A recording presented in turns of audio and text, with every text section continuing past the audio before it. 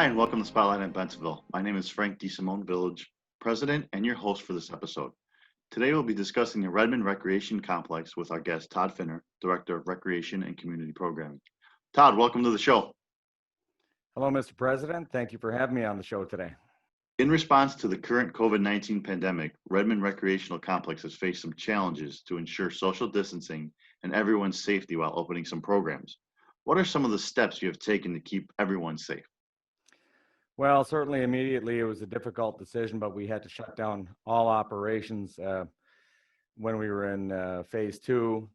Obviously, transitioning to phase three was pretty tight, and everything was limited opened on a very limited basis, limiting our group sizes to about 20 participants, which is quite a bit less than we usually have in a lot of our facilities. Other things we've done, and we're still doing right now in phase four, is capacity limits. For example, at the Edge Ice Arena, it is still not open to any spectators whatsoever.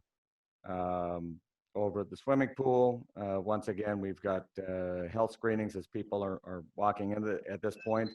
A lot of the pool patrons are at a vulnerable age to the coronavirus, so we want to make sure that everybody is healthy walking into that building. Obviously, inside, like most other businesses, or just about every other business these days, people are required to wear face coverings, and it's a bit of a challenge. We're finding ourselves constantly trying to change behaviors, and we're slowly seeing it. We're seeing it with the younger customers and some of the youth sports, that they're finally getting up to speed with and getting used to and comfortable with wearing these face coverings. So these are some of the things we're doing in addition to ramping up our cleaning and disinfecting of our commonly touched areas, locker room and shower facilities over the pool.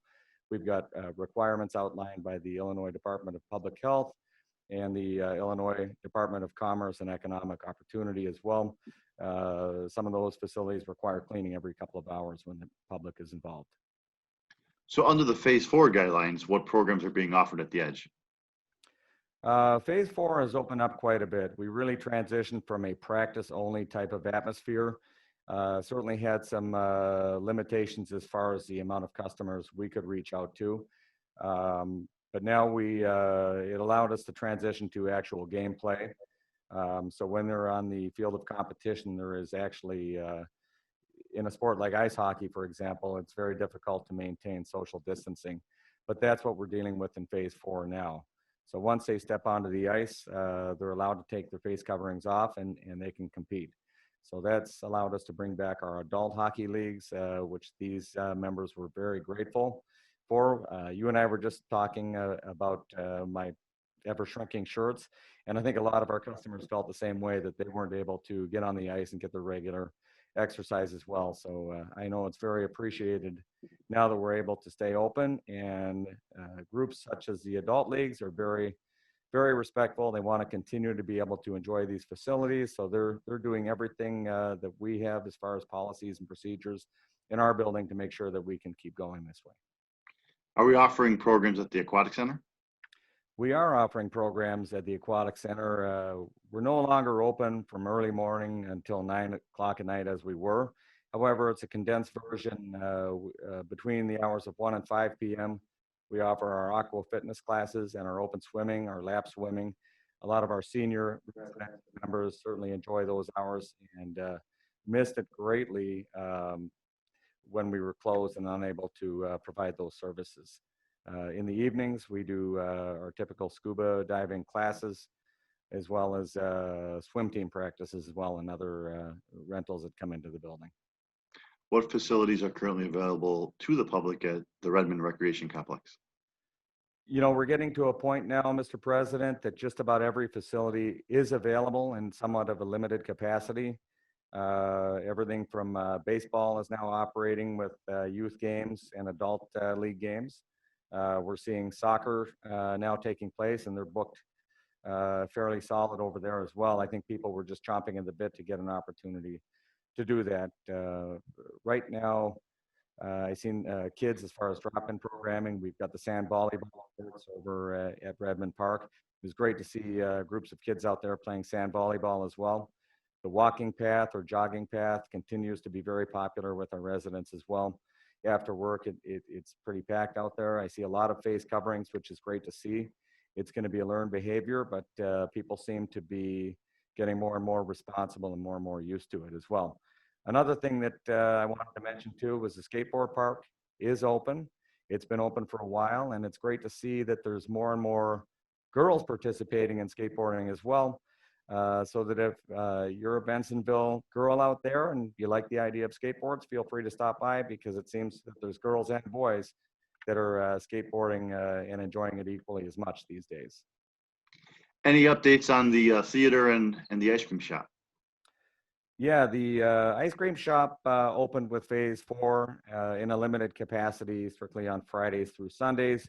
We have expanded that, reduced our hours to general hours that we seem to be best for conducting business, typically after work and in the evening. So right now, we are actually open Wednesday through Friday from 5 p.m. to 8 p.m., Saturday and Sunday from 1 p.m. until 8 p.m. Unfortunately, the movie theater does remain closed. I just read the news that Classic Cinemas, which some may know as the York Theater to our neighbors to the south in Elmhurst, they are reclosing due to, I don't think the general public is ready for movie theaters to move into confined spaces and possibly breathing the aerosols that their fellow viewers that nobody has any idea who they are may have. So unfortunately, it looks like it could be down for a while at this point. I see that AMC theaters closed all of their theaters across the country, and they have a tentative reopening date as of now. I believe it's July 30th. So we're going to play it by ear and see how things progress. Obviously, with the coronavirus exploding in some of our southern states, we're being very cautious about reopening these facilities and want to make sure we do it in a very safe fashion. How can people find out more about Bensenville's Redmond Recreation Complex? Well, there's two ways. They can simply call our main customer service number. Right now, we're open on a limited basis, so we're open every day between the hours of 8 a.m. and 4 p.m. Otherwise, you'd be directed, if you get the voicemail, to a menu tree, and which will direct you to potentially your specific department if you have specific inquiries. Or on the website, you can go to www.bensenville.il. On the homepage, you can click on Recreation and Special Activities, and again, select your facility or program that you may be interested in. Todd, you have a few more minutes to hang out with us? I certainly do. We'll be right back after this short commercial break.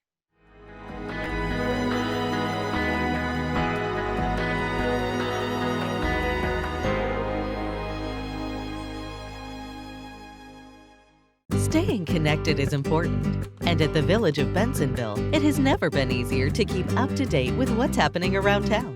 Whether on your phone, desktop, or tablet, the Village of Bensenville website is your go-to community resource, so you'll stay connected at home, in the office, or on the go.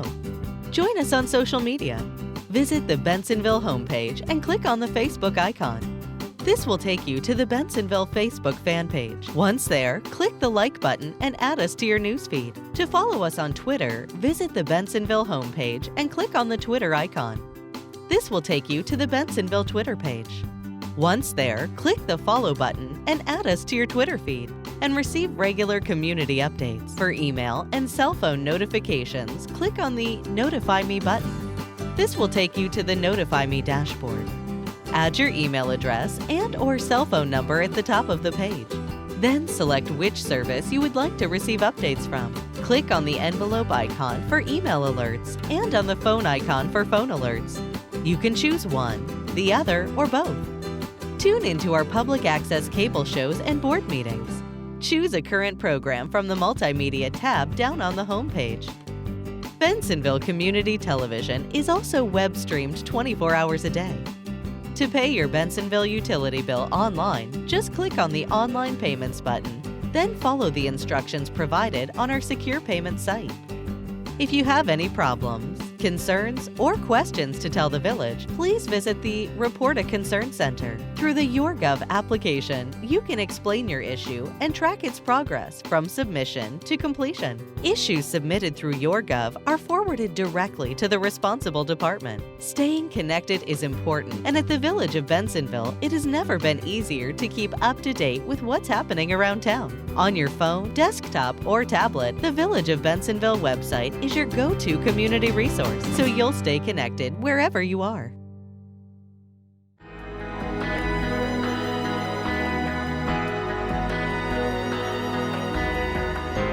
Back to Spotlight in Bensenville. My name is Frank DeSimone, Village President, and your host for this episode. Today we're discussing the Redmond Recreation Complex with our guest, Todd Finner, Director of Recreation and Community Programming. Welcome back, Todd. Thank you very much. Happy to be here. So under the governor's Phase 4 guidelines, is Redmond Recreational Complex available for sporting events and practices?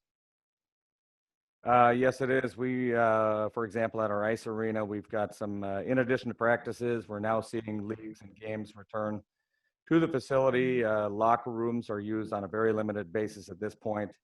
Most of our participants are still required to show up fully dressed with their hockey equipment and skates on, which is quite a sight to see. If anybody's driven down Jefferson Street recently, you see a lot of hockey players out in the parking lot with various stages of their full equipment on.